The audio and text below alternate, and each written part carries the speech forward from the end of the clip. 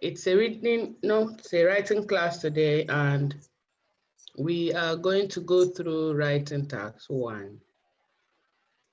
Writing task 1, we've dealt with writing task 2. We've actually done this same writing task 1 before over and over. This is like the 3rd time or so.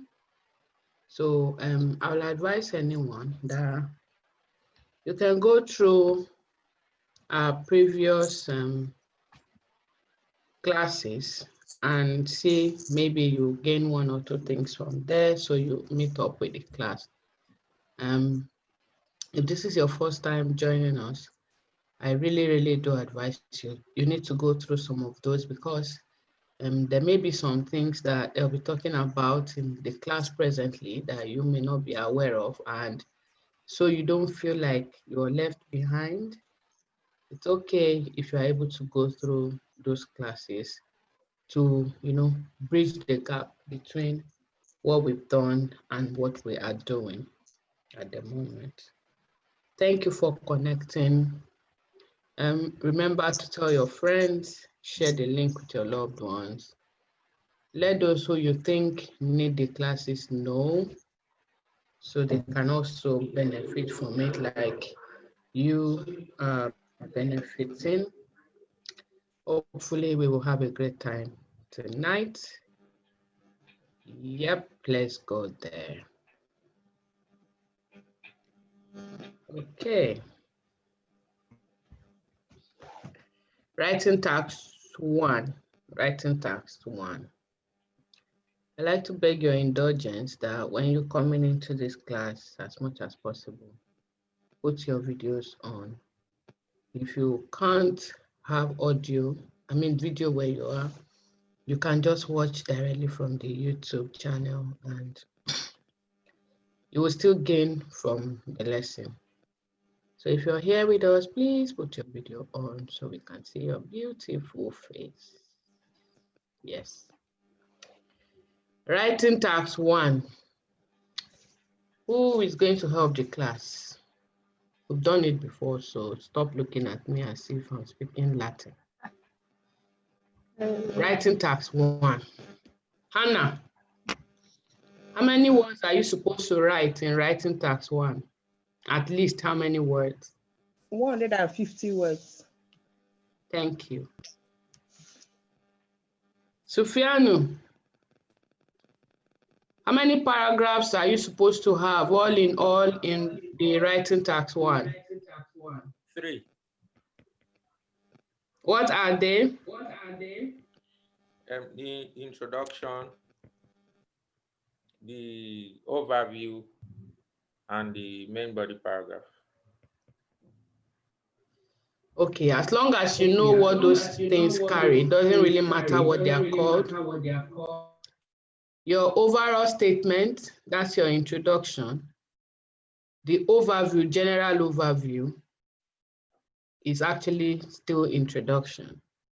But you can call your first paragraph the overview. I don't have specific names for them. As long as you give me the information that I need in those paragraphs, I'm okay with it. Let me see. Ifeoma,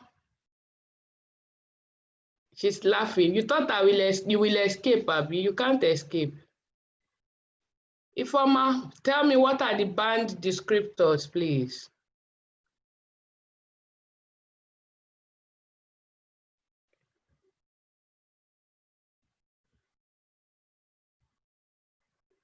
I can't hear you. I've unmuted you, so go ahead, click. Oh yeah. I said completing the task. Yes, please. Answering the question. Okay. Cohesion and cohesion. Okay. Vocabulary. Okay. Grammar. That's what Cohesion and cohesion. Thank you for confusing us.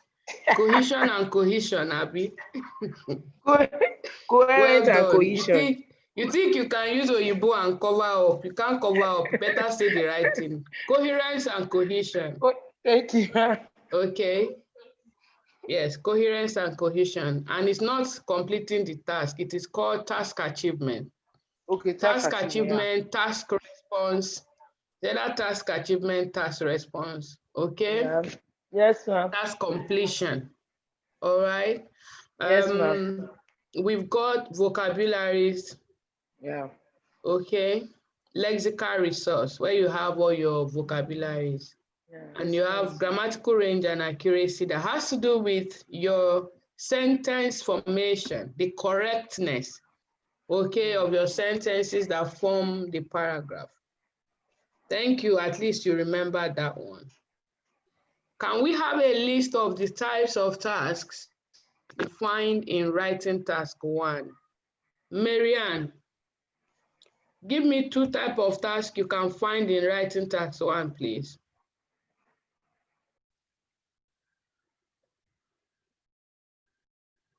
I've unmuted you.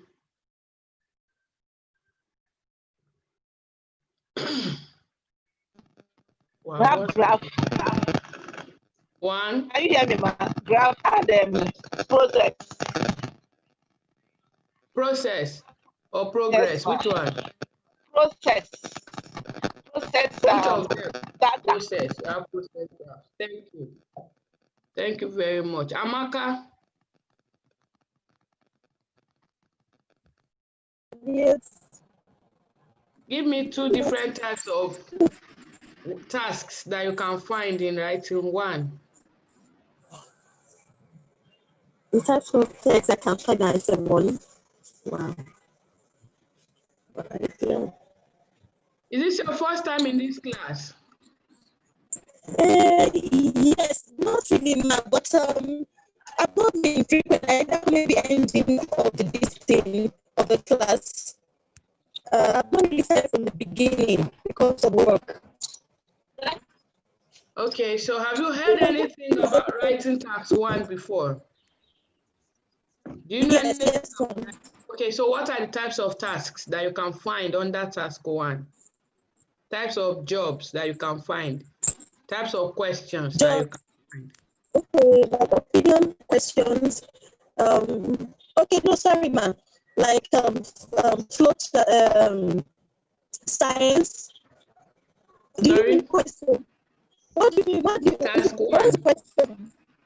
Task 1, writing task 1. What are the kind of questions that you will find in writing task 1? Okay, it may come in a chat. It may come in maybe in a data form, or you can. What kind of chat? What do you mean data form? Okay, like you have the back chat. You can be given you have the back chat. You have the pie chat. You also have something that you need to you have to try to explain in your own words. Maybe you're given an information. You need to be specific, all right? Thank you.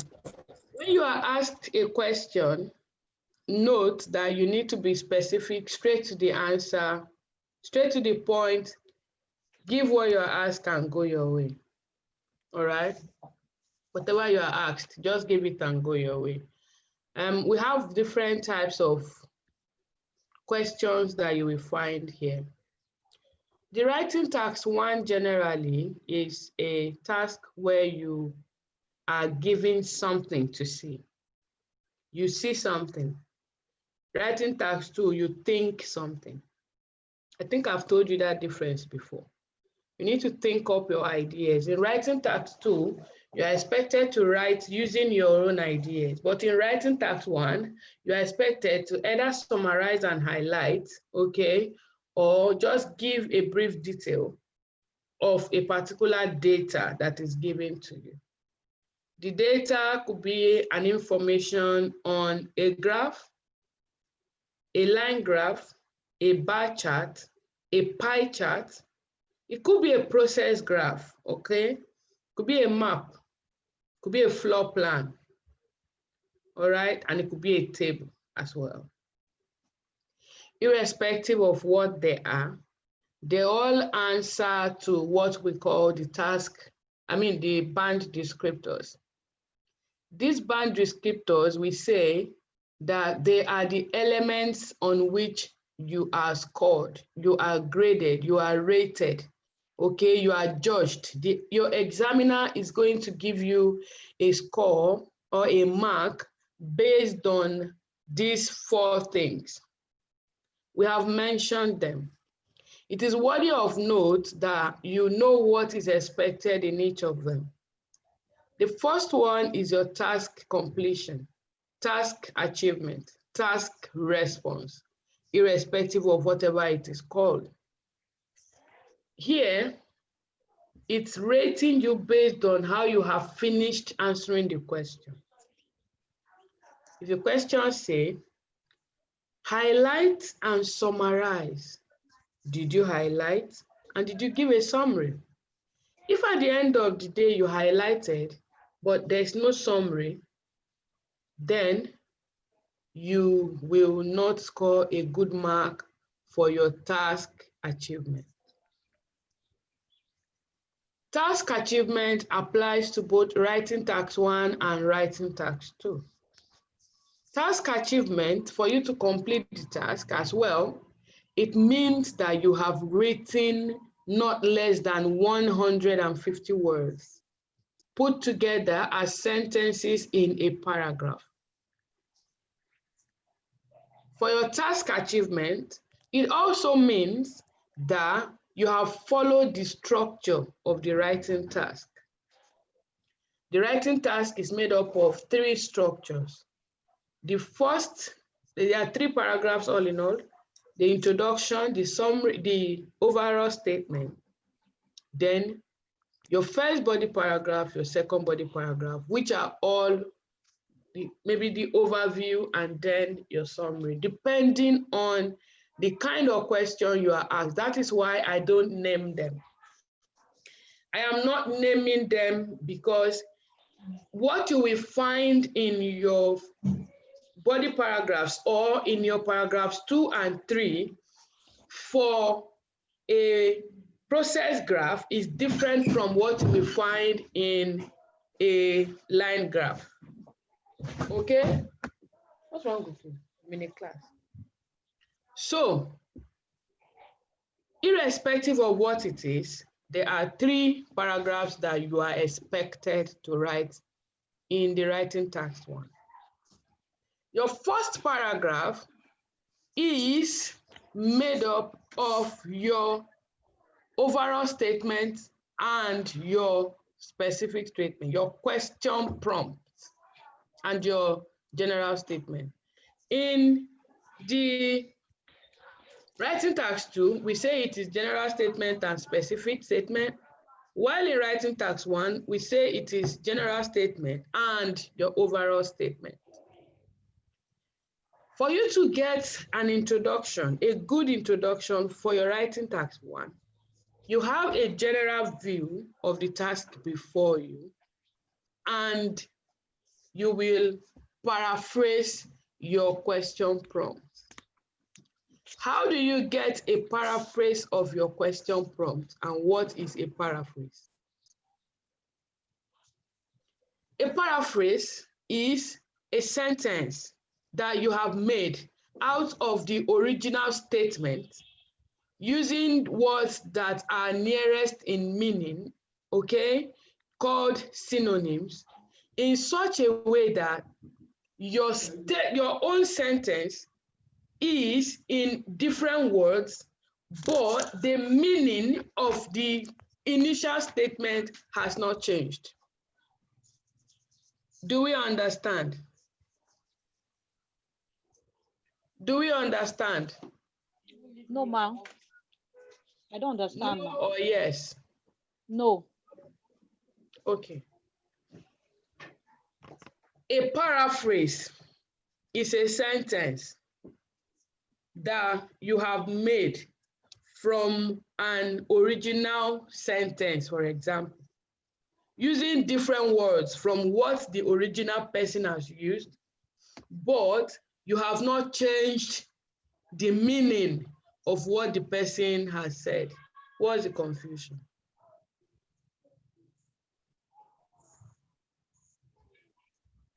Are you still confused? No, ma'am.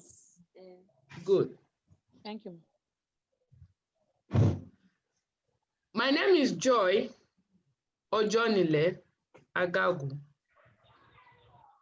I am Nigerian from Kogi State, from the Kina local government, Igala by tribe. I'm a registered nurse, registered midwife, and I am a mother of 3 children.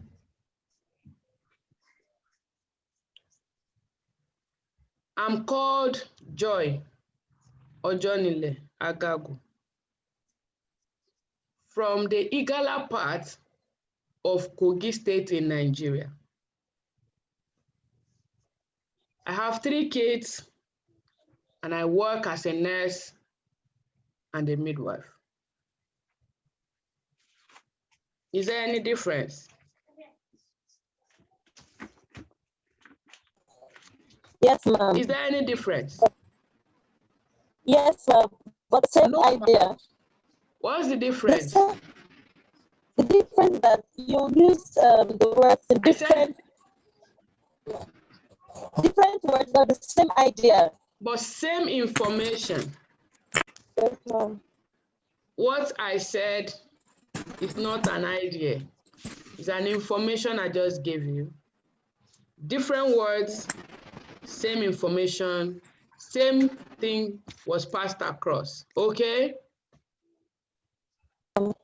So, yes. If you notice in my statement, there were certain things that did not change. Am I correct? What are those?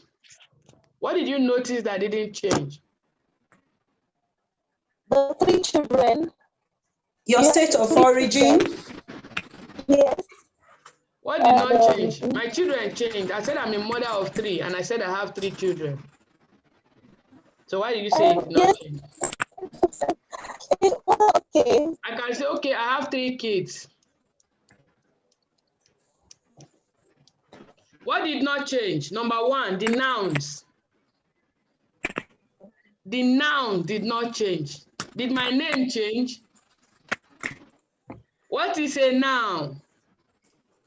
A noun is the name of person, places, animals, or things. Did any place change? The name of any place, did it change? Nigeria, did it change? Did Kogi State change? No. Did Joy Agagwu change? Not at all. Did number 3 for my children, did it change? No. No. Go and make sense.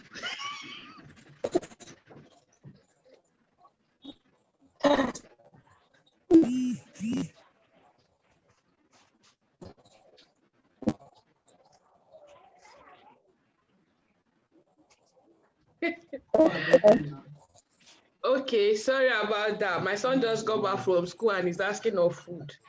So he needs to go to the kitchen and cook for himself, and he's dying already on the floor. Sorry. So, there are things that will not change. Nothing will change them. You can say it in a way that it can come forward, become the subject, or it can go backward and become the object. This is English language, right? Yes, ma'am. We're not going into all of that because some of us will just get lost. Even though there were basic things, we are so used to applying them already that we don't even know that we are applying them. We make use of these things, we know them, but we don't specifically know where they are placed, so we won't go there. I just want you to use it and pass the exam. That's my own aim at this time. So, in your paraphrasing, there are certain things that will not change. Numbers will not change. Names of persons, of places will not change. So don't say that Tutor Joy told us that we should paraphrase using synonyms. You now go and look for synonym of Kogi State. Please, what is the synonym of Kogi State? There's no synonym. All right. Even if you say I'm from Lokoja, I'm not specifically from Lokoja town. So I will mark you wrong. Because I expect that when you're given an assignment, certain things, certain factors are static. They don't change. All right. So when you have a graph that is showing you information about children that played computer games, children that played badminton, children that played, maybe those that were involved in football, talking about games generally for kids, you will mention football. You won't say leg ball. You won't say ball that is played with foot. You will say football, okay? When you're talking about badminton, you will mention the percentage for badminton. But if you have 40 or 25% of the children that played badminton, for instance, you have 25% of the children who played badminton, you can say about 1/4, okay? Because 25 is 1/4 of 100, which is the total percentage. You can say about 1/4 of the school children were involved. Instead of saying played now, you have now looked for a word that were now involved or were interested or took part or participated, okay, in badminton. Badminton is there. 25% has changed, but whatever word you are using is a direct synonym for 25%. Have I lost anybody in this class? Not yet. Good. So you need to know how to paraphrase, and that's why, because from your assignments that I've seen, I wish I can have Ken to flog some people that have been attending this class and they are still making small mistakes that I don't expect. Don't get me wrong, nobody is perfect, okay? But we need to be more serious, okay? We need to put in more seriousness. I have seen almost, except for one blessing, 1 or 2 people that sent as I was just about to start the class. They are sending so that they will say, I've sent my work, ma. So that you say, blessing, you are looking at me, you are laughing. Okay. So, yes, the work that we are going through, that we are doing, I like there's one thing that I like though. The work that I saw before and the one you are sending now, for those that were getting small corrections, there's an improvement. And that's what every teacher wants. That's what every mother wants for her child. Okay, that's what every preceptor wants for a preceptee. That's what every mentor wants for the prodigy. So I am happy we're making progress, even though it's not at the pace that I want us to, but the good thing is that we are moving forward. All right. So if you're writing your paraphrase, you need to take note of things that you should not touch at all, things that are constant, that are static, that are untouchable, okay? Another one of them, or another thing, sorry, is the countable nouns, numbers. Apart from percentage, what I mean by this is you have 3, 10, 11, 20, as in 1 to 10, in whatever way they come. You can't say, except if that thing is over. You know that I said 1/4 because we all know that for percentages, it is 100 that is the highest percent. 100 is the highest, the peak of it. And so anything that comes out of 100 has a portion in that 100. It has a fraction. You can actually say 1/10, which is 90, which is 10, or you can say 9/10, which is 90 from 100. But you can't say 1/1 or 2/3 because there's no specific total for 100, for 1, 2, 3, 4, 5, 6. Okay, do you get my point? So you have to mention that number. You have to say it as it is. Another thing that you will find is time. Time. In writing task 1, we have activities that are grouped into 2. We have the static tasks and the changeover time tasks. Some tasks are in a period of time, a particular period of time. Okay, they can give you a task and say that a table maybe showing the number of individuals that accessed healthcare, that accessed maybe the different healthcare in University of Enugu Teaching Hospital in the month of May. Is a period, the month of May. All that data is for the month of May. That is a static task. Now, there is a changeover time task where you will have a map, or you will have 2 maps showing the changes that has occurred in Ajaokuta local government area of Kogi State from the year 1990 to the year 2090. Let me see. Can I have a pen, please? 1990 to the year 2090. Now, you are going to have to change things here. Remember that Nurse Joy just confused you by telling you that numbers you don't change. Now she's saying you should change the year. Yes, you can, because it is a change over time period kind of task. And here you are going to have something to say. 1 is by counting the time, the number of years between them. And so you will now tell me the given picture, the given diagram is a map and illustration of the developmental stages that occurred in Ajaokuta local government area of Kogi State over a period of 100 years. Now you are not mentioning 1990 to 2000 and no. Do you understand? I didn't plan the lesson to go this way. I don't know why I'm doing these basics. I just want you to understand. That's why I'm doing this, obviously. Okay, yes, so you can change some things, even though they have to do with numbers. I don't know if you have been able to differentiate it so you don't get confused when you start doing your tasks. A period, over a period of time, over this period of time.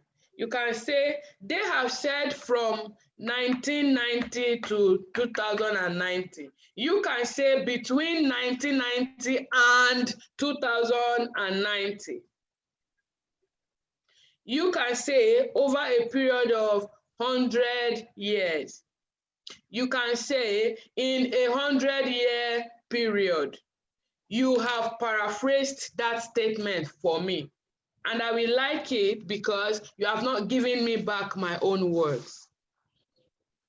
You need to be very careful when you start writing, especially with the beginning of your work, the introductory part. Because whatever you give the examiner in your introduction will determine if he or she will have the time, the patience to go through all of your work. From your assignment, I've seen 2, 3. Your first statement already put me off, and I wouldn't want to continue reading. If you give me a statement from the beginning that I'm not happy with, I will conclude you are not a good student. First impression does what? Matters a lot. That is why you put your whole effort into the beginning of your work. You're about to begin a relationship with somebody, and From the first contact, you are very rude. Something happened, and you are very, very, very disrespectful. You are meeting the person for the first time. That person is not going to be ready to see the remaining of the content of your character. They will judge you. That's how it is generally in life. I know that examiners are bound to carefully read your work. I happen to be the daughter of a teacher. Growing up, somehow, I remember some holidays, my mom is marking some papers, and they will bring some things home, especially objective. They will tell us to help them mark objective. I used to have helped my mom to mark objective before. And you will see some people's A as if it's D, and we will mark it wrong. You will see some people's E, small letter E, as if it's A, we will mark it wrong. So what you show, what they can see immediately, goes a long way to affect the mark that you get. It's not all of those papers that my mother had time to go through again when we have finished marking. Sometimes we are the final determinant of the result of that person. Hey, God have mercy, even as children. So you see what I'm saying? Almost every teacher do it. I know a colleague whose mom was a WAEC examiner, and will bring the WAEC question paper. They keep them in a hotel and tell them not to, they won't live there. But sometimes it's because it's the more you mark, the more money you make. So it's what we can read that we mark. And sometimes you see somebody with a very fine handwriting, fine organization, you just fall in love with that person. You just be giving the person go, go, go, correct mark. That is how it is. It applies to every sphere, okay, of our life. And that's why I'll just chip it in that you need to work on your handwriting as well. Some of us, many nurses that I know used to have good handwriting until we started relating with our colleagues, some of our colleagues. And then we started learning some, draw a line, bring it down, that is ing. We need to be very, very careful, especially for the sake of these exams, okay? If you can write 111, let it be very close to each other for the sake of this exam. Don't worry, when you come to the UK, most of the things you do is on the computers. But please, for this exam, pass the exam first, then you can come and write jargons here. So, your writing. I've said so many things in this short period trying to explain one thing. You need to paraphrase properly. So when you have paraphrased, okay, your general statement, the question prompt that was given to you, when you have paraphrased it, the next thing to it should be what we call your overall statement. Please, I want to beg you, don't do another paragraph with overall. Put full stop. If there is space on the line, continue on that line. Please don't go and start another paragraph with overall.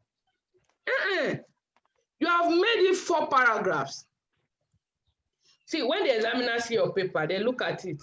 And paragraphs are demarcated. They see paragraph 1, 2, 3, and 4. For a writing task 1, she doesn't even know the structure. Anyway, let's see what she's got. And then your introduction is wrong. Wow. What's this? The next thing, she goes to your summary. And if she doesn't find what she's looking for, you are done for. Please, put your overall statement on the same line with your general statement. Okay? Yes, please. Overall statement that we're talking about is coming from what you can see in the graph that you have. Without a second look, you saw it plotted that some things went up and came down. The same thing, and went up again, up, and then came down, bam, to the lowest. What will you say about that thing? It fluctuated throughout the period. Simple. That particular data, that particular thing fluctuated throughout the period. You go and give me my earpiece.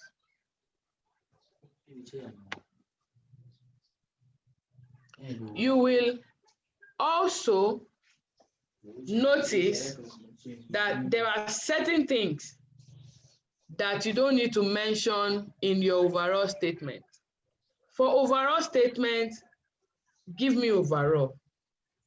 For overall statement, don't put any number, don't put any percentage, please. Don't say overall about 10%. You're already writing the whole essay. Just what you can see, okay? Just what you can see. That's what you should write in the overall statement. For instance,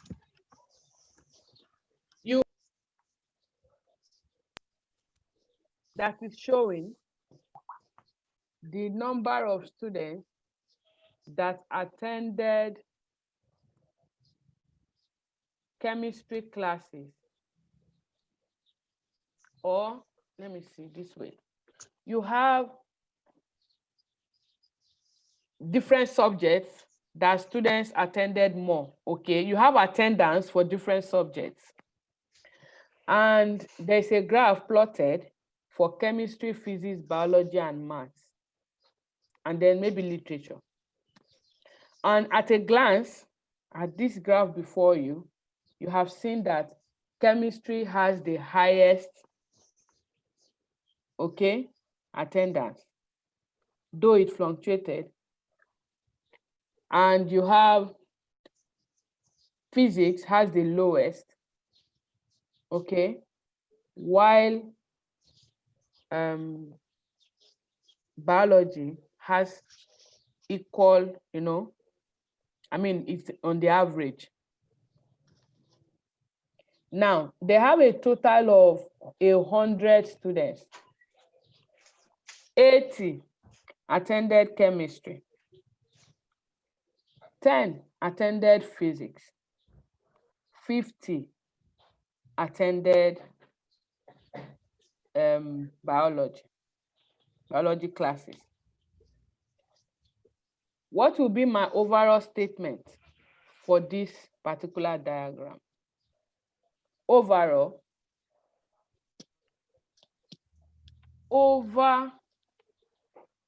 I can see that it's over 80. I mean 80%, 80 people, all right? That will be 80%. So my overall statement will be overall, more students attended chemistry classes, while the least was for physics and average for what? For biology. These were the things I could pick immediately. My details is coming with the number, where I'm going to mention the highest for this was so number, the lowest was so and so number, the average, although students attended others, but these were highest and this was lowest. If I have a table, this will apply. If I have a graph where there was, I mean, a plotted graph, not a table graph like this one now, a plotted graph where there's a peak and there's a plumb and there's a plunge and there's a decline and there's there are fluctuations. I'm talking about the words that we use in the description of graphs. Where it gets to the highest, okay, is the peak. Where there were fluctuations, okay, it fluctuated or it oscillated.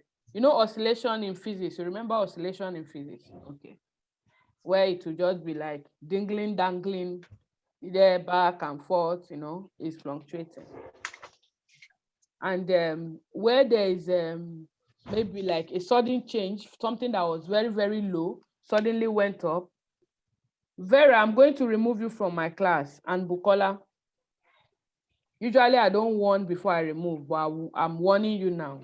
Please, if you are not disposed to attend the class visually, just watch it on YouTube and it's fine with me. Please, if you're in this class, put your videos on. Thank you. You know, when you sometimes do certain things, it makes even your teacher to lose concentration. And then I sometimes lose track and I have to like come back, and it affects all of us here in one way or the other. As much as possible, let's adhere to the rules of the class. If I can keep my family, my son just came back from school. I'm supposed to hug him, ask him how is school and all of that. But I've just kept him aside. And then, please, as much as possible, let's obey rules for our sakes. When you get to where I am, you will understand why some teachers talk the way they talk. That's the truth. So I was saying that you need to use the terms that are associated with what you are describing. We'll get to that.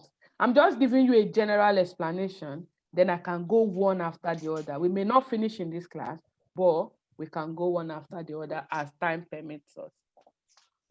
So for your overall statement, what you can see at a glance is what you are talking about. If in the graph... Hello, ma. Yes, I can hear you. Okay, Linda is talking. You said something about highest fluctuation, and you were trying to explain sudden change. That's when yes. The other I two understand. students I'll still come there. So when you're writing your overall statement and you do you need to know the terms that you are using. You need to know where this started from and where it's going to end, or where it has ended, so that what happened in between, you can bring it into your overall statement. Because when you have written your overall statement for me, telling me that chemistry was highest, physics was lowest, biology was average, in your explanation, I'm going to be looking out for the information you are giving me about the highest, the lowest, and all. Number one. Number two, you have given me an idea of what the whole graph is about. You have told me now that in this graph, there are numbers that are high and low, and there are numbers that are the same or that are average. Now, I was saying that when something for a graph, it gets to the highest is the peak, okay? And then when it keeps going and going, we can say it fluctuated or it oscillated. And when there's a sudden change, we say there's a drastic change. If it's a drastic decline, decrease, decline, decrease, increase, okay? Or what now? Increment. You can use increase or increment, all right? When something moves backwards from what it was, it has declined, okay? When something goes down suddenly, reduces, you see there's a reduction, there's an increment. You understand what I'm trying to explain to you? So you need to use those words, because unlike your writing task 2, where I'll be looking out for however, furthermore, in addition, all of that, I will be on the lookout for these cohesive devices that has to do with the graph. So it's how much of these cohesive devices that I see that will make me rate you for your vocabularies, for your lexical resource. Those are the things that build your lexical resource for your writing task 1. While it is the conjunctions, the linking verbs, the linking words, the cohesive devices, otherwise, therefore, furthermore, in addition, although, but, those are the ones I'm looking for, however, here on this side, on the writing task 2. But on your writing task 1, it is those ones that are specific to what you're describing. If you are describing a map to me, I should expect to see north, south, east, and west. I should expect to see the left side, the right side, towards the bottom, top. Do you get my point? Top left, top right, bottom left, bottom right. If you are describing a process for me, a process graph, for example, I should be expecting to see what's like, first process is, beginning with, before then, consequently, subsequently. Those are the words that I will be looking out for as your vocabs. Those are the things I'll be looking out for as your lexical resource. They are your cohesive devices that I'm looking out for. They are the things that give your work a flow. It is the use of these phrases and words that connect your work. For instance, you're writing about a process graph for me, and you say the process begins with this step, or the first step in the process is, then I, as your examiner, will be waiting for, followed by, or next to, or subsequently. After that, I will be looking for those words. Is anybody lost? Linda, I Yes, don't ma'am. like this your face. Oh. Why? The way you squeeze the thing as if. You said? Eh? I hope you understand. I hope you are following. Are you I'm trying to confused follow, at but any I'm point? not really understanding. Now, that is why I said I don't like your face. I'm a teacher and I look at faces. I've not really done it before. It's You were my first asking time, me so I'm as just if I trying was going to to push crucify myself you. into it. I understand. I'm seeing you for the first time as well. Thank you. So yeah, I'm just talking about the phrases and the words that you can use in the description of your writing task 1. Unlike writing task 2, where it is a general thing, it's not more than the more so, the furthermore, and addition, therefore, however, but, although, it's not more than those. But here, it is according to the particular task that you're writing, and there are different things that you use, different words, different phrases that you use for each of those. The things you can use to describe a graph is different from what you can use to describe a bar chart or a pie chart. Pie charts are generally described using percentages, and it is over 360. You know it's round, ba? A pie chart is round. Yes, so it is 360 degrees. We use degrees to describe the pie chart. Meanwhile, we use words like decline, recline, increase, decrease, fluctuated, and all those. We'll get to those words. So that when I start using them, you won't get confused. Having said that, for your overall statement, what will you be writing in your this second paragraph? What will you be writing? Remember that here, I'm coming on you. The question can be summarize, highlight and summarize the information, features, main features. So how are you going to do it? The way you will answer this question for a flow map, a flow chart, is different from how you will answer a process graph, is different from how you will answer a line graph or from a plotted graph, the one with the X and the Y axis. Is different from how you are going to answer for a pie chart or a bar chart. So we will be, in the course of this class, we'll be treating one each for all of them, so you know the logics for answering any of this type of question that you see, that you come across. Do we understand? Yes, Onyinye, ask your question so that we can move. Okay, thank you, ma. But someone told me in the foreign task 1, the introduction and the overview, it shouldn't be more than 50 words. I don't know how true that one is. There's Please, I'm nowhere asking that whether it is, it's true or not. there's nowhere that it is mentioned that your paragraph should have a particular number of words. What is mentioned is that your whole write-up should not be less than 150. And I do advise it should not be more than 170. Because in a multitude of words, error is not lacking. That is the Bible. In a multitude of words, lies, sin is present.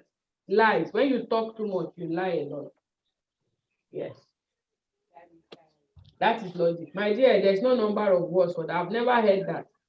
But if that's how you want to make your own, maybe 50, 50, 50 words.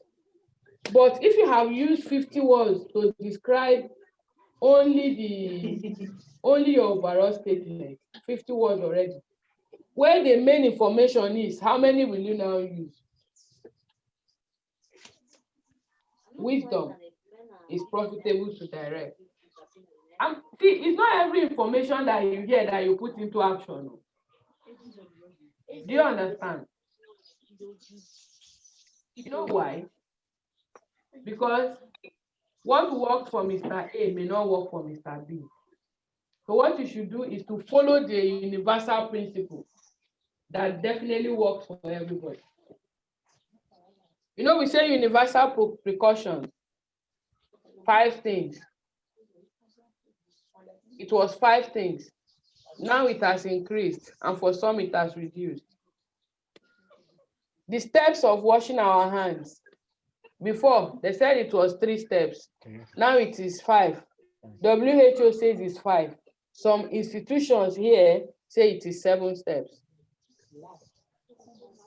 But the precaution is washing of your hands with soap and water.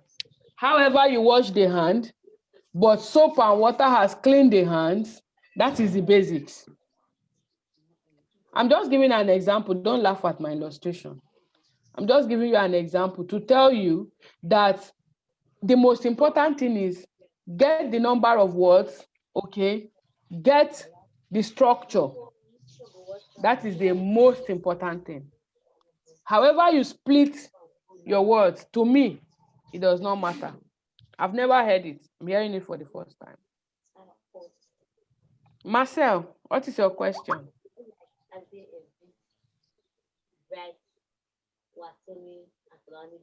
You were raising your hand. I unmuted you. Now you have muted yourself. Excuse me.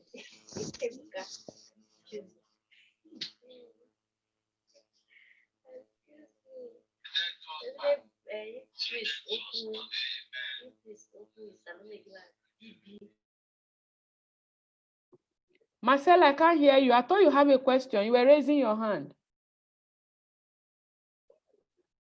You are okay, yeah? We don't want to leave anybody behind. Is anybody confused with our discussion so far?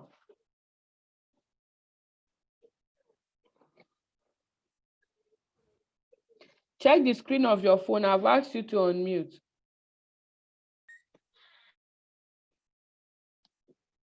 Check it again, please. Good. Now talk. Okay, I was saying I'm quite confused with the introductory part of paragraph 1, tax 1, writing tax 1 and paragraph 1. At first, I was thinking the introductory part should consist of paragraph 1 should consist of the introductory part, which is paraphrasing your statement, and then the other paragraph should continue with the overall statement or general statement. So making it to be 4 paragraphs. Just now that for the class, the lectures has made me to understand that after paraphrasing your statement, after the paraphrase of your statement, you should just continue with the overview, which is overall or generally, to make a total of 3 paragraphs. There you'll be working on your tax response and tax achievement. I'm grateful for that. Okay, thank you very much. You're welcome. Thank you. Yeah. So now we are going to see examples of all the tax types that you will likely find. Just the same way we did in writing task 2. Did we do it in writing task 2? Confirm. Okay, so writing task 1, we are going to take the types of questions and see how we can attack them, so that at least we can have a band 7 in writing and escape the wrath of IELTS and run to our dreamland, whether it is Australia or Nigeria or Ghana. Seriously, people are not writing exam to go to those African countries. Why now? Anyway, so I'm looking for the tasks. That's what I'm doing. I have it here. I want us to see some of them. For some of this, we are going to start with a bar graph.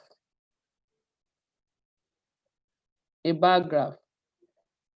And we have used this example before in our previous classes. So it's an added advantage for anybody that has not that has been in that class, because you get to hear this again and you have, I think you will have better understanding of what we have talked about in case you did not understand it. I'm going to be sharing my screen at some point, and so you will need to see what we are doing. All right. So now I'm going to share my screen with you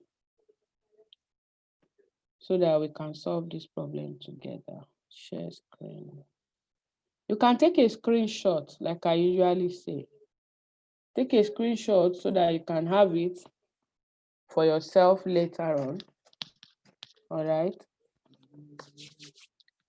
Based on what we have discussed so far, we have said that when you say writing task, it is to you 2 things: reading and writing. Reading in the sense that you need to read this and understand it before you can answer it. If you read the question and you don't understand the question, you can't answer and it will be correct. Just the same way we miss a diagnosis in nursing and we will treat the wrong thing. All your nursing intervention, up to your nursing diagnosis, up to your nursing process, everything you are doing, it will be wrong. Okay? Especially when you diagnose hyperthermia instead of diagnosing measles, for example. All the barrier nursing and all will not be in your management. You'll just be talking about tepispongin, paracetamol, open the windows,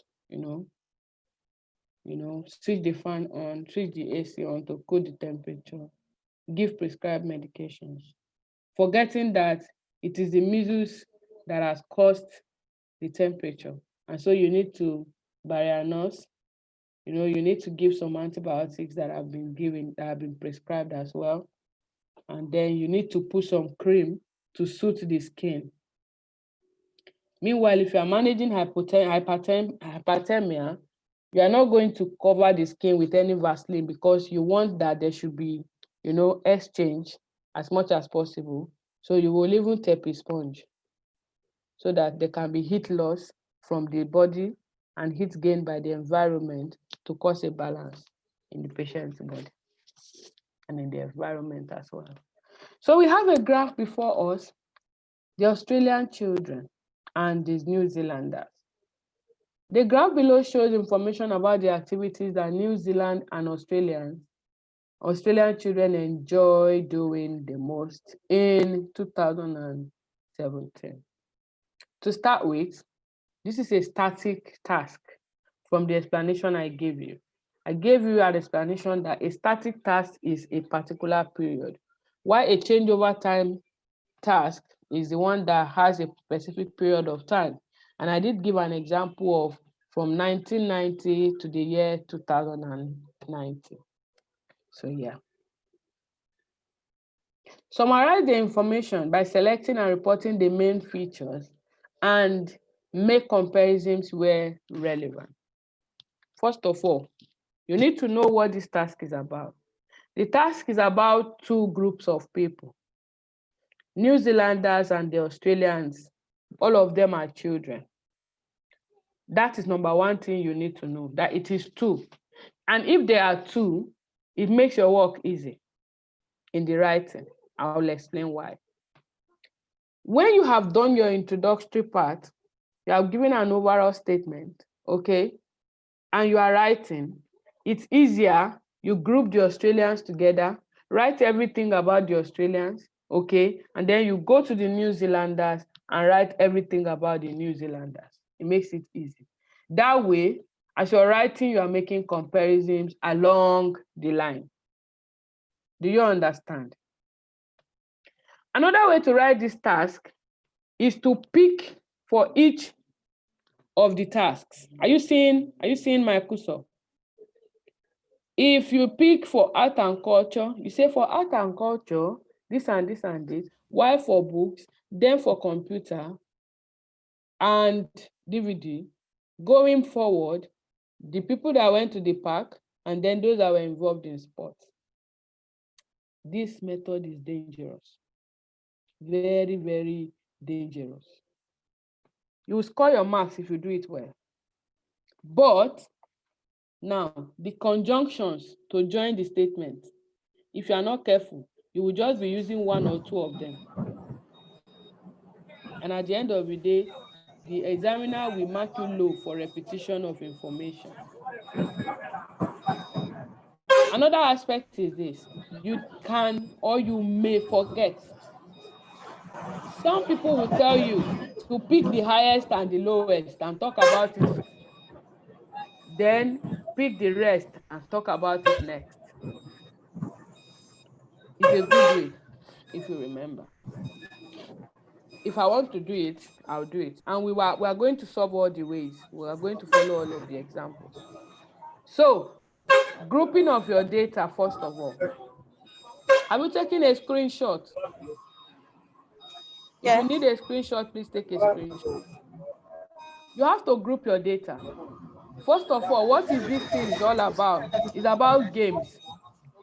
It's about games. What's happening here? The noise is much. I don't know where the noise is coming out from. I need to see my screen, then I can mute the person. That's fine. Okay. Because I'm sharing my screen with you, I have to revert, then I can do it. Sorry about that distraction. So I was saying that you need to group your data. How do we group this data? These are games, kind of games and activities that the children, they love to do the most. When you say somebody loves to do something, what does that mean? What does it imply? It means it's the person's hobby. Okay? Now you are getting synonyms. It means it's the person's favorite activity. All right? It means it's an activity that they love, not just enjoy, but they love the activities that they love to participate in.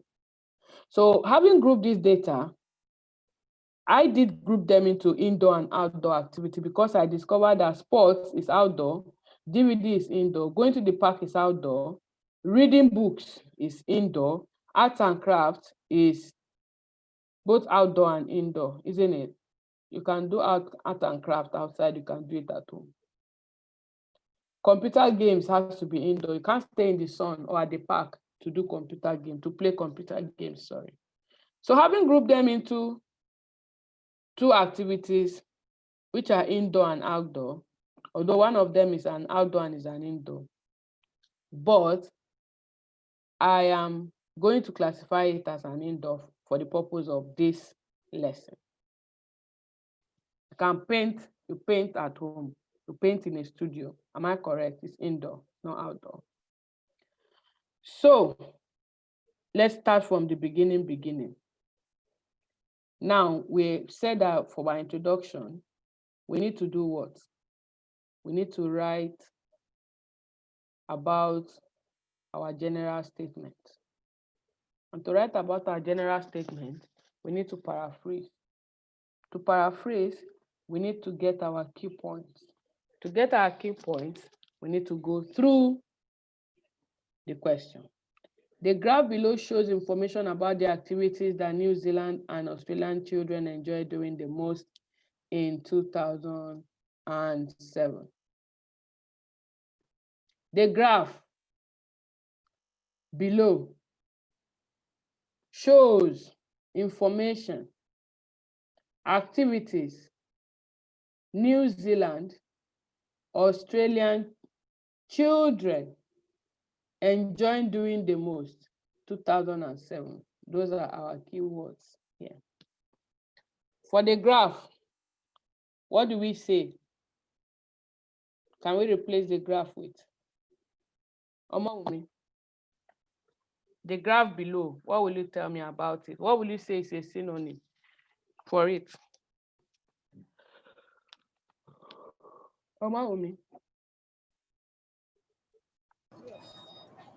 The bar chart. Okay, ma. The bar chart below, or the given bar chart. The given bar chart. Okay. Amaka. Information. What can we use for information? Details. Okay, another word. Information. Maybe illustration also. Data. You can say it's data. Activities. Who will tell me something for activity? Onyinye?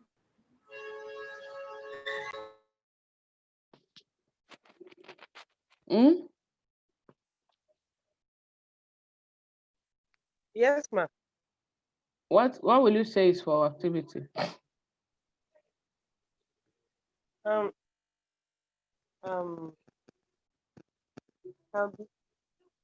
be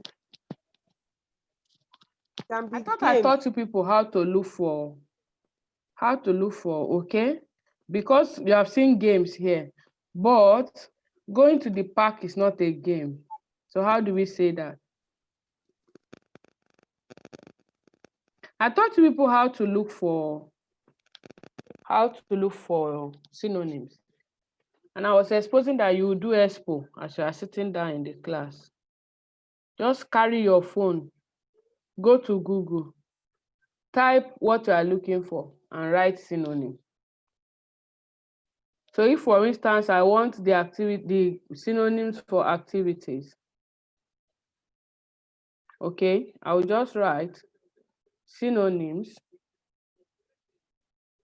for activities. And on my phone right before me, I have synonyms for activities.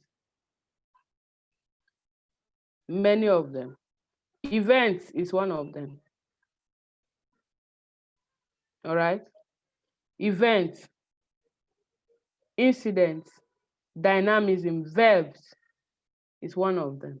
So what do you now do? You pick the one that most likely apply to what you are writing.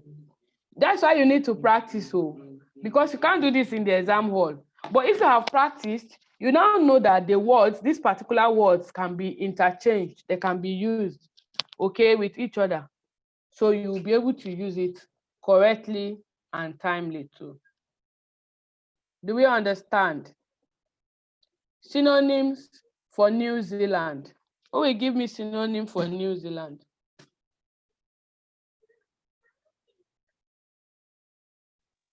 There is no synonym. But you said places does not have synonym. That will be your answer. My ask us not to change places.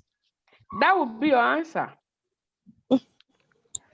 So synonym for New Zealand is New Zealand. Yes, ma'am. Australian. But you know, there's a way you can say it and it changes, like I tried to explain to you. Like, I am from Kogi State. That I told you.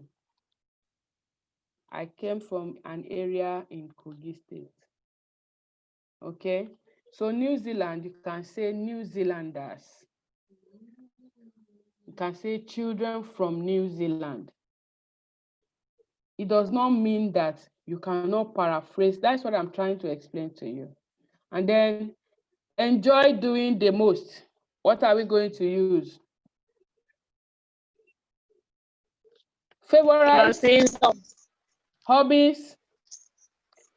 So you are not going, see, the way the whole of this thing is, it does not mean that you must say it 1, 1, 1, 1, 1. You can bring the last to the first, but the most important thing is that you have said the word in a different way.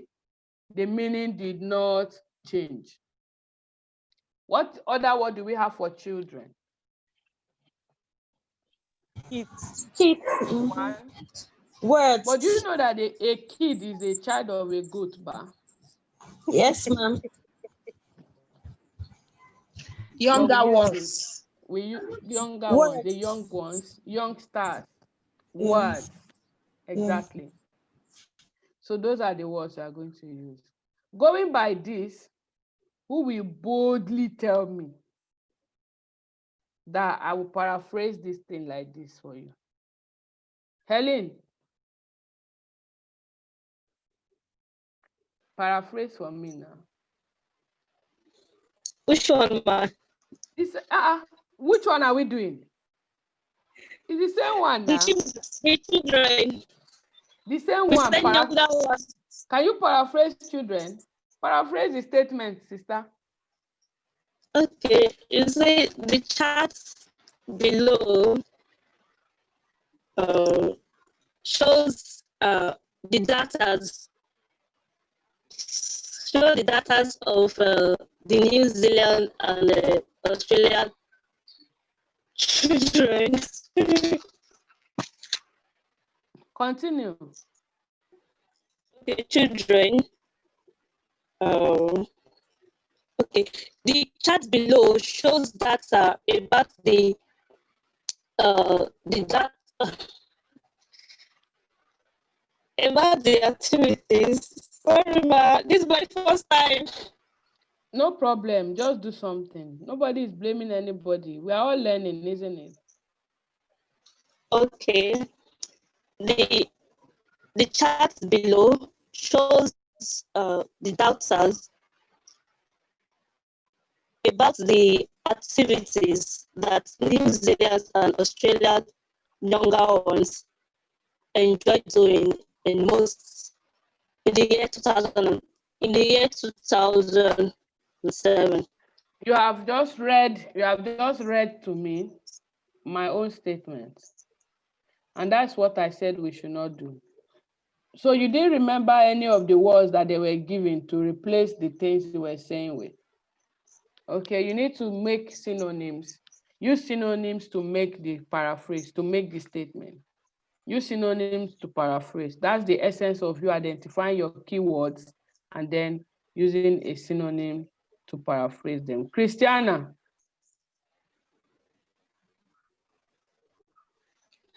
Do you know what AWO means? AWO means boil. Okay, so try. Oh yeah. I've unmuted you. Don't mute yourself again. I can't hear you.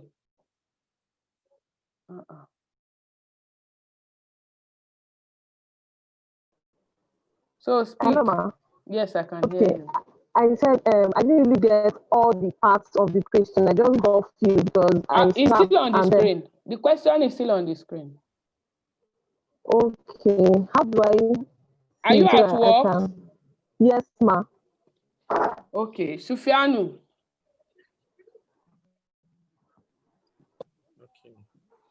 The bar chart reveals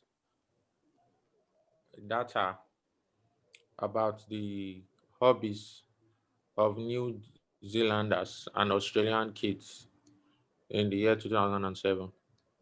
Simple. Now, that is one way to say it. Another way to say it is what I want Onyinye to tell us.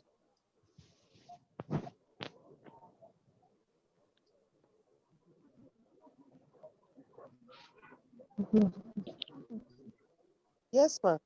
Tell us your own way. Okay.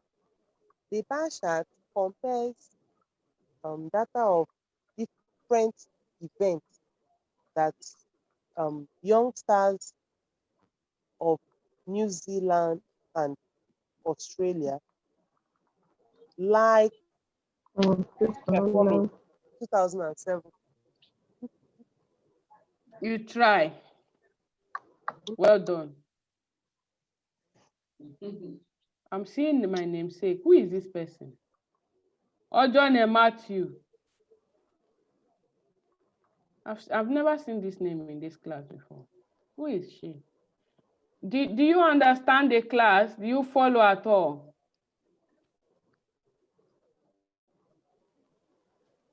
Yeah? Hello. Hello. Do you follow? I'm just joining the group. That's what I'm saying. The name is strange. Welcome on board. Yeah, thank you, ma. Is this your account or someone else's account that you are using? It's mine. I was expecting to hear a female bear that name. No. You're welcome, sir. Thank you, ma. Okay, so let me see who else has not spoken in this class. Helene has spoken. I'm looking for somebody that is hiding her face. Hannah, I catch you. Okay, so tell us how you paraphrase this and let's go. The bar chart illustrates details of the events that young ones in Australia and New Zealand love to do in 2007. Thank you. That's fair enough. That's fair enough. Okay, I'm coming. Tony, do you follow this class? Tony is plaiting her hair. Tawa, do you follow the class? Tawa?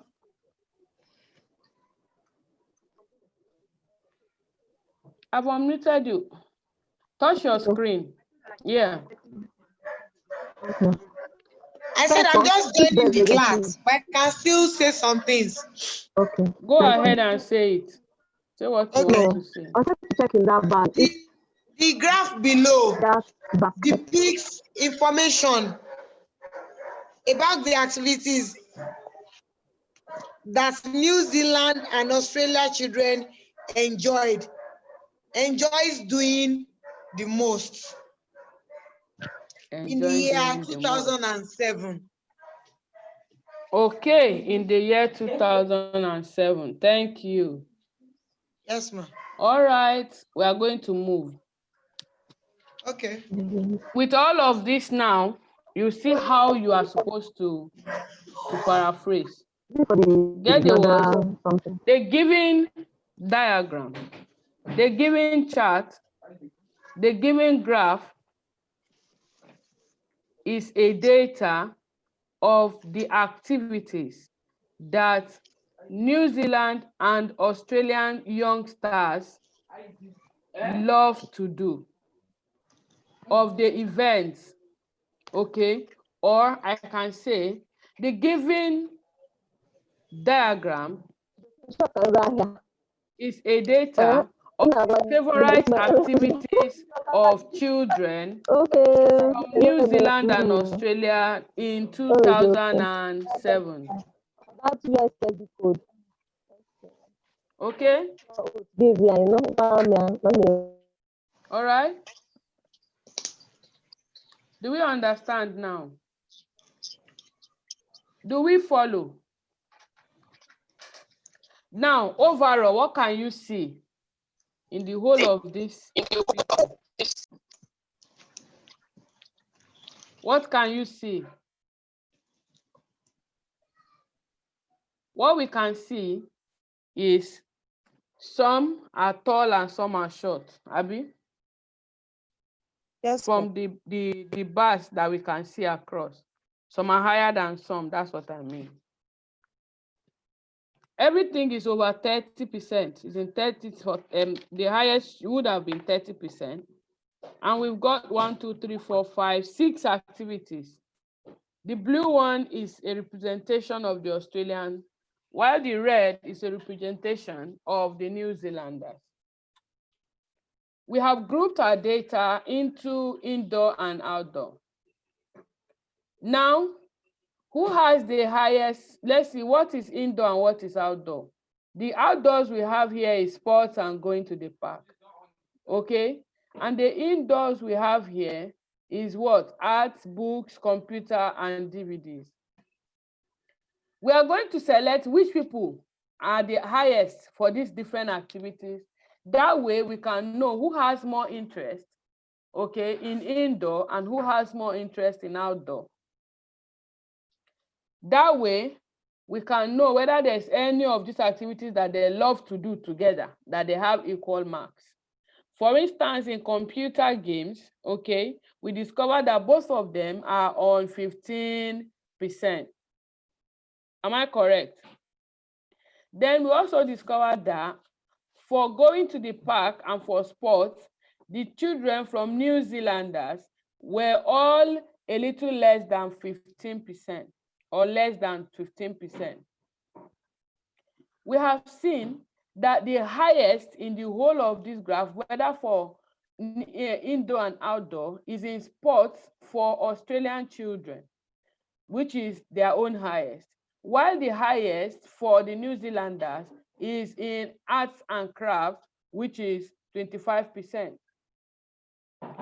The lowest for the Australian children was in arts and crafts, which is about 7%, while the lowest for the New Zealanders is in going to the park and in sports, which is about 12%. Do we understand this whole illustration? Next to it, we also saw that the scores for books and DVDs for New Zealanders was the same on about 17%, while that of the Australians, they had equal score for DVDs and for computers, which is 15% each. This information that I had just read out are the things that you are going to be saying in your explanation, in your report of the main features, because those are the main features here. And as you report your main feature and you tell me about New Zealanders and the Australian children, you are indirectly making comparison. So there's nothing like I finished saying the main features. Let me now go and start making my comparisons. No, they work hand in hand. Do we understand? Because someone has asked me, they say summarize the information by selecting and reporting the main features, comma. So now I'll use one paragraph to explain the main features, then I'll go and look for how to do my comparisons. No. And that's the reason why you are going to be writing two of them together as you go along. Do we understand? Now my overall statement is going to be, overall, the Australian children are more interested in outdoor activities, while the New Zealanders loved to participate more in the indoor activities. Full stop. Because we grouped the data into two, indoor, outdoor. And we saw who has the highest marks for indoor, who has the highest marks for outdoor. And there we made our conclusion that the people with the highest mark for indoors, they love to do it more, while the other side love to do theirs more as well. Is anyone confused? No. Helen, you are confused. Don't be confused. You will go back to YouTube and watch a writing task. In writing task 1 is on YouTube, the first one, the beginning, to give you a better understanding of this. If you don't understand this class now, then you can now come and watch this one and you'll be able to merge the two. That's why I tried to explain from the beginning, okay? What I did was to group them into two. Where are you confused? Where exactly are you confused?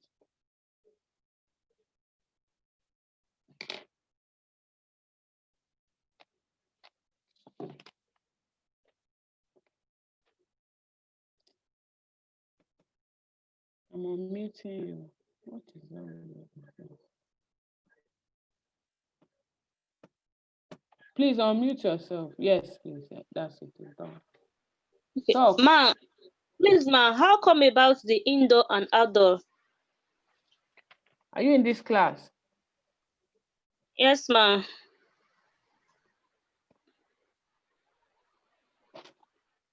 I did a grouping. I grouped the data in this class. And I said that these are activities. Some can be played outside and some can be done inside. And we say that arts and crafts and books and computer games and DVD, they are all indoors. And we say that going to the park, you need to go out of your house. For sports, to play football, badminton, you need to go out of your house. It has to be done outside, not in a room. And so we group the whole of this data into indoor and outdoor. We said that these Australian children, they had the highest in sports, which is an outdoor, followed by their highest in going to the park as well. Okay. And then they had lowest marks in arts and culture and in books, which are all indoors. Therefore, we arrived at a conclusion that because of this, they love to go out to play more than they love to be inside the house to play. Okay. And so we concluded that they are more interested in the outdoor activities than in indoor activities. Okay. When we went to the side of the New Zealanders, we discovered that their own highest score was in arts and crafts, 25%, followed by books, which is a little less than 20%, and then followed by books and DVD, actually, they have the same percentage. And then they also have a high mark in computer games. This made us to conclude that these activities that they love are all activities that you do within the house. And so we arrived at a conclusion that they are more interested in indoor activities than they are interested in outdoor events. And so we made that our overall statement. Are you still confused? No, ma'am. No, ma'am. Thank you, ma'am. Thank you. Welcome. All right. So our first body paragraph. Oh, Tony raised your hand. Yes, go ahead. Thank you, ma. My question is, there is no light where I am presently. That's why it's dark. No problem.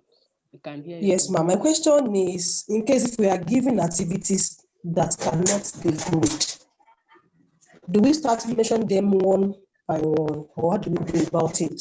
There's no activities that cannot be grouped, number one.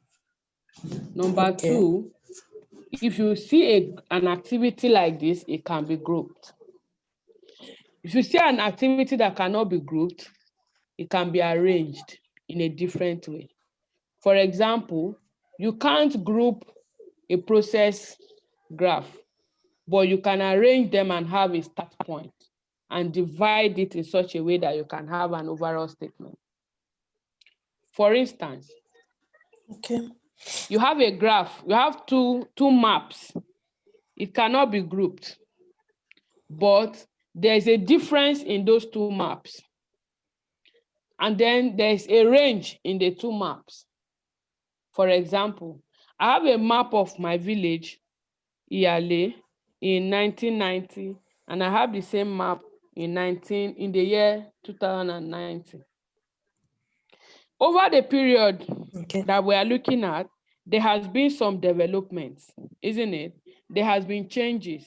There have been demolitions of some buildings, probably I'm looking at the graph. In the graph, there have been movement. Some things have shifted. Okay, maybe something is now occupying a larger space than it used to occupy. Maybe something has been taken out totally. Okay, maybe an area has been demarcated. Maybe on the general side, just looking at this graph, at this map, I can see that there are more buildings in this one than there was in the year 1990. That is going to be my overall statement. That thing that I can see at a glance is going to be my overall statement. The given map or the given pictures, the given diagrams are two different, okay, the given diagram or illustration. Charts, yes. There are two, there are two of them, Abby. It shows the development or shows the stages of development that has occurred, or shows the changes. Yes, they usually say changes. It shows the changes, that's the question, that has taken place in Iyale from 1990 to the year 2019. You should spot the difference. That's what they will ask you. When we get to the question of graph, you will see how graph can be done. Now, the question that we ask you is not going to be about you grouping. You don't need to group. You just need to add the difference, the things that has changed. Okay, so overall, there has been demolitions and erections of some building in some areas, okay, between 1990 to the year 2019, or over a period of 100 years.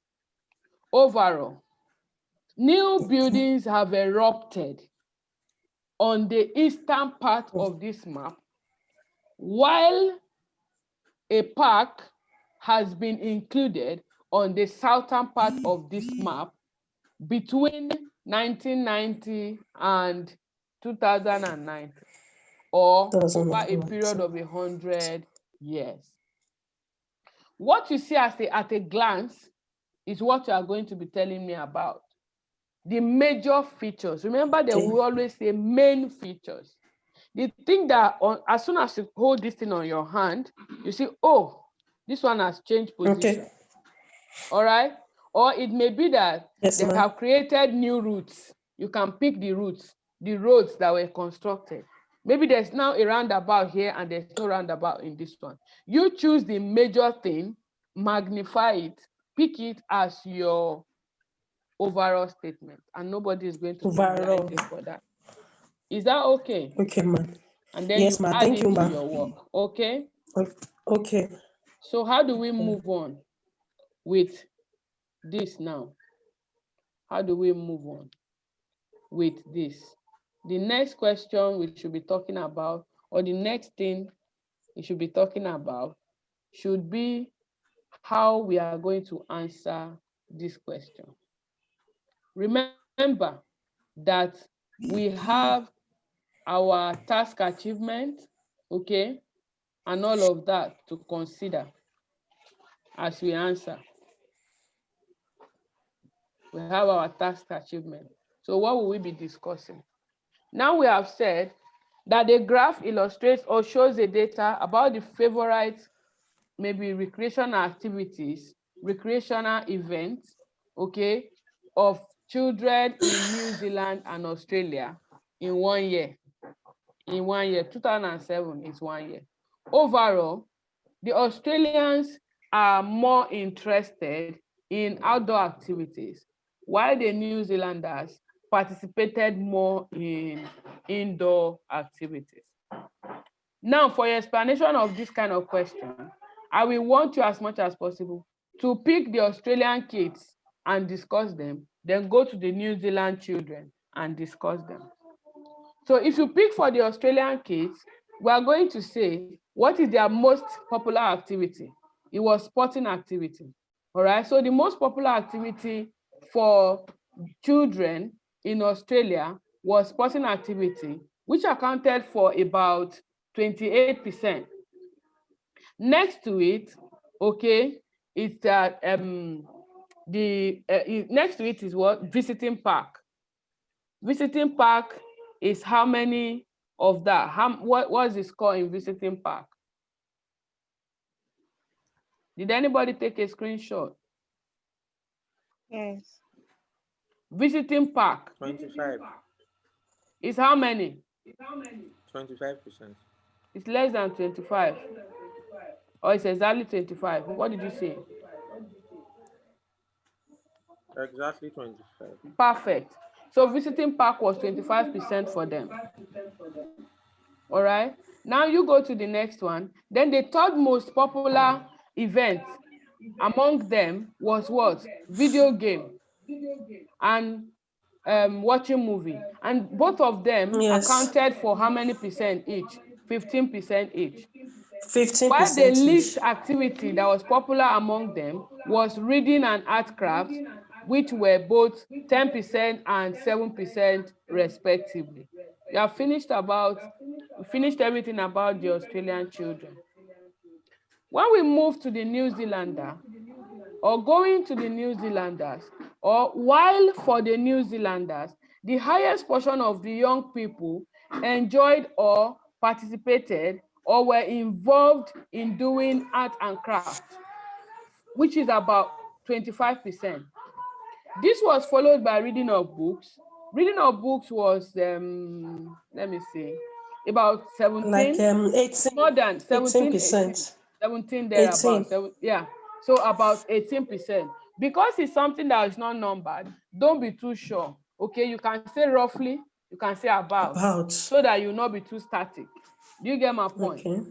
Then, Yes. the portion of these children that played video game was 15% only. And the least most popular activity among them was what? Going to the park Going to and the playing of parks. sports at what? 13% each. Is it difficult?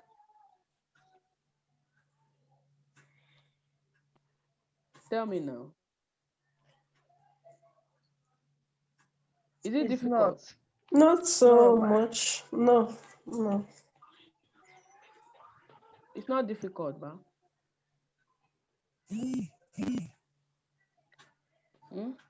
It's not difficult. If you practice and practice, you'll get there. Okay. So that's all. That's all. And then if you want to follow the other way around, want to do it the other way around, there's a way to answer it. When I was telling you that they'll tell you to write the activities themselves. That's where you pick the activities. And you pick for sporting activity, for going to the park. But that's more dangerous because you can forget an information.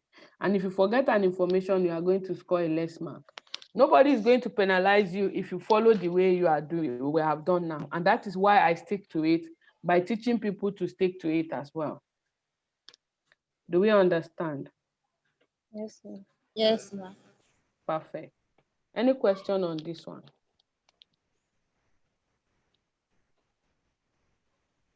Yes, ma'am. Please, go ahead. Please, does that mean that when you are answering this type one, there won't be anything like although there's the link that would not be anything. As when you are answering the task one, you don't link the like although there's all those words, you won't have them here in task one. I don't even get you. You're cracking, number one. When you are asking those questions or when you are answering those questions? You are answering task one. Task one, yes. You don't have anything like, yes. You don't have anything like although, but all the linkers, you don't use them in task one. Is that what you mean? It's not that you don't use them, but you don't need them because they will spoil your English. They will spoil your grammar. And you can see that because task 1 is different, there are various things in task 1. So it depends on what you see, that's what you describe with. They all have their specific words of description. Okay. And that's what took us to, when I was explaining, I told you about graph, the normal graph, X and Y axis, plotted graph, where you have where it went up, increased, where it was highest, peaked, where it came down, plumbed, declined, where it fluctuated, where it oscillated. Do you understand? Where it changed drastically, where it declined drastically or dramatically, depending on what word suits what you are explaining. If you are giving a graph, a map, you are describing a map, you are talking about locations. Okay, you are describing objects within that map, where they are located. You are describing development that has happened in that map. You're talking about the site where they were located over a period of time. That's where you'll be talking about the east, the north, northeast, northwest, north central, and all of that. You are talking about a floor map. That's where you'll be talking about top, talking about bottom, we're talking about top left, top right, bottom left, bottom right, depending on what you have been asked. You're talking about percentages in bar charts. When they give you a bar chart, you're expected to use words like proportion, percentages. All right? Greater, lesser, a greater number of, a greater percentage of, a greater proportion of. Okay? You are given a table where you have different numbers or different things that occur in that table. That's where you have highest occurring, lowest occurring, none occurring at all, the one that was the same all through. That's where you will have them. So as we go along to treat this writing task 1, and we see the different tasks, you will see the different words that are related, the different phrases.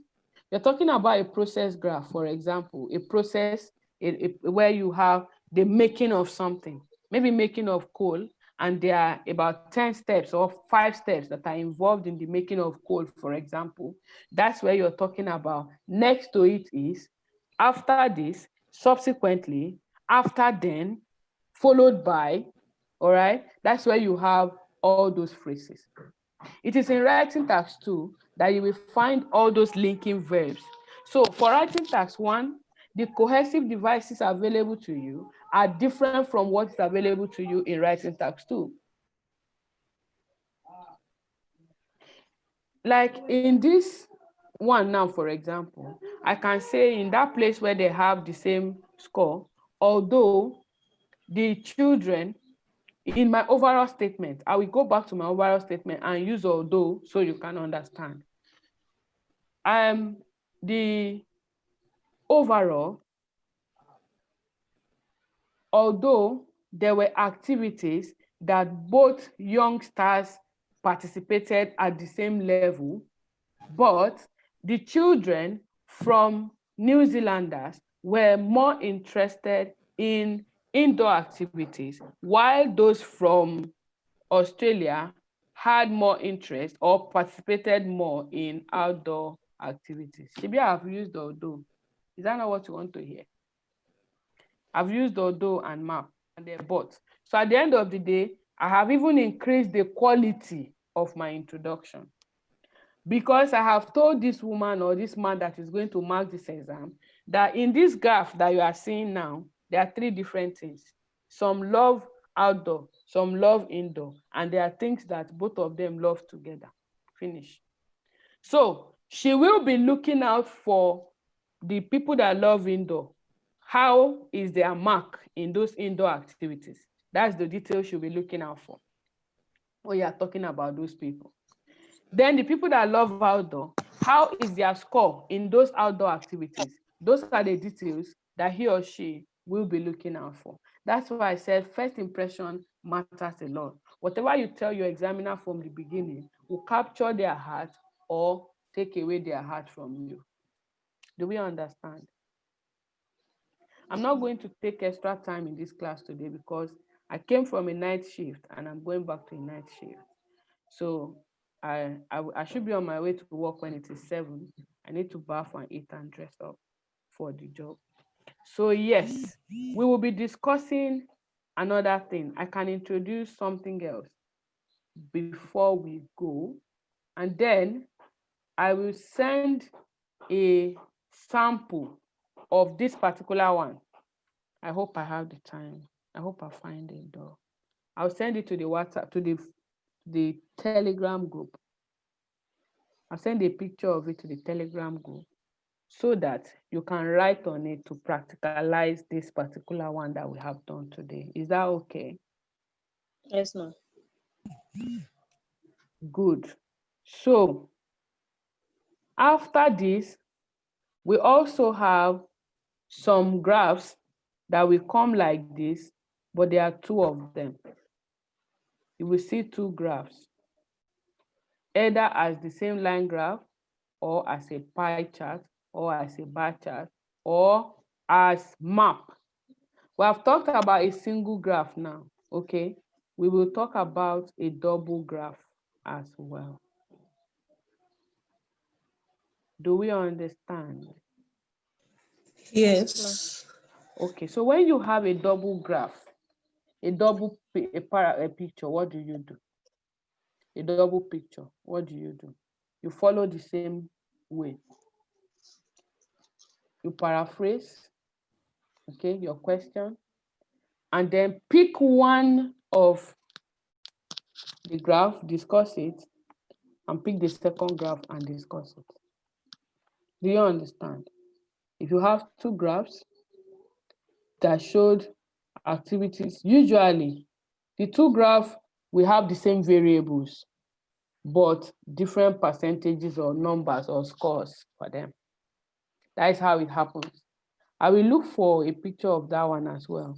But for that, what we do, you visualize it as if they have taken Australian children and put them in different places, and then taking New Zealanders and put them in different places. Then with the different scores. It's the same discussion. So from that your graph, you will find out the proportion of what they do. You find out the different scores. So you pick one of them, like you have picked for Australian children, and you just go ahead and discuss every variable there. And then you pick the other one and go and discuss every variable there. That is one way. The second way is to pick each variables from one side and discuss it as one. For that type of graph, you need to have a starting point. Now you need to count the variables that you have. For if I'm going to use this question as a sample for that, what I will do is that there are 1, 2, 3, 4, 5, 6 variables. For these 6 variables, they all exist in the 2 of them. And then I'm going to pick the sporting aspect. I would say, excuse me, for sports, Australians had so percentage, while New Zealanders have so percentage, full stop. Followed by, that's when you can now have all your, in addition, comparing arts and crafts, the New Zealanders have a highest mark or a highest score or highest percentage, or they have the highest proportion, while at 25%, while the Australians have 7% or 8%, depending on what number I've decided to allocate to that. If you pick this way to answer your question, you need to know how many things you want to discuss that will make one paragraph, and then how many things you need to discuss that will make the next paragraph. So if I'm going to discuss it that way, what I'll do is to pick 3 of them. So I'll divide it into 3. I will say I'm going to discuss arts and crafts and books and computer. What have I done? I have grouped the data. I have grouped my data into paragraph 1 and paragraph 2. which is obviously paragraph 2 and paragraph 3, because I already have an introduction in paragraph 1. I have grouped my data into what I want to discuss. That way, I can go ahead and do it. I will now pick art and crafts, books, computer games, and discuss it in my paragraph 2. Then for my paragraph 3, I will now pick DVDs, going to the park, and sports, and discuss in my paragraph 3. That is when I can use although going forward, okay, while in addition, that's when I can use it. Do you now understand what I meant when I was saying that you use the different cohesive devices for the kind of questions that you will find? Do you now understand it? Do you now understand it? That it is the way you are answering your question or the question you have been asked, that is what will determine the kind of cohesive devices that you will use. Do you now understand it? Yes. If you were asked to only make comparisons, that's when you will use while or though for that. But if you are discussing that, you need to discuss according to your data that you have grouped. This way, if you have not been given 2 graphs, I will encourage you not to follow that way. If you have just a single graph, please pick the 2 variables for the graph, discuss one variable, discuss the next variable. Don't let yourself be entangled in a place where you will have to be looking for highest occurring, lowest occurring, the one that occurred for both of them, and then you miss information and lose marks at the end of the day. Do we understand? Yes. Any question, please? Any question? No question. Tony, ask your question, please. I don't have any question. You're raising your hand. I thought you had question. Oh, sorry. Anyone I has didn't any know I question? raised Do my we hand. understand this? Do we understand this? Yeah. Yes, Everybody ma. understands Yes, the ma. class for tonight. Sufiano, you understand this task now. Christiana, you understand this task. That writing task 1 is only 3 paragraphs that you are expected to have. Your introduction and the discussion for your variables. You need to group your data so that you know what you are writing in paragraphs 2 and 3. How do you write?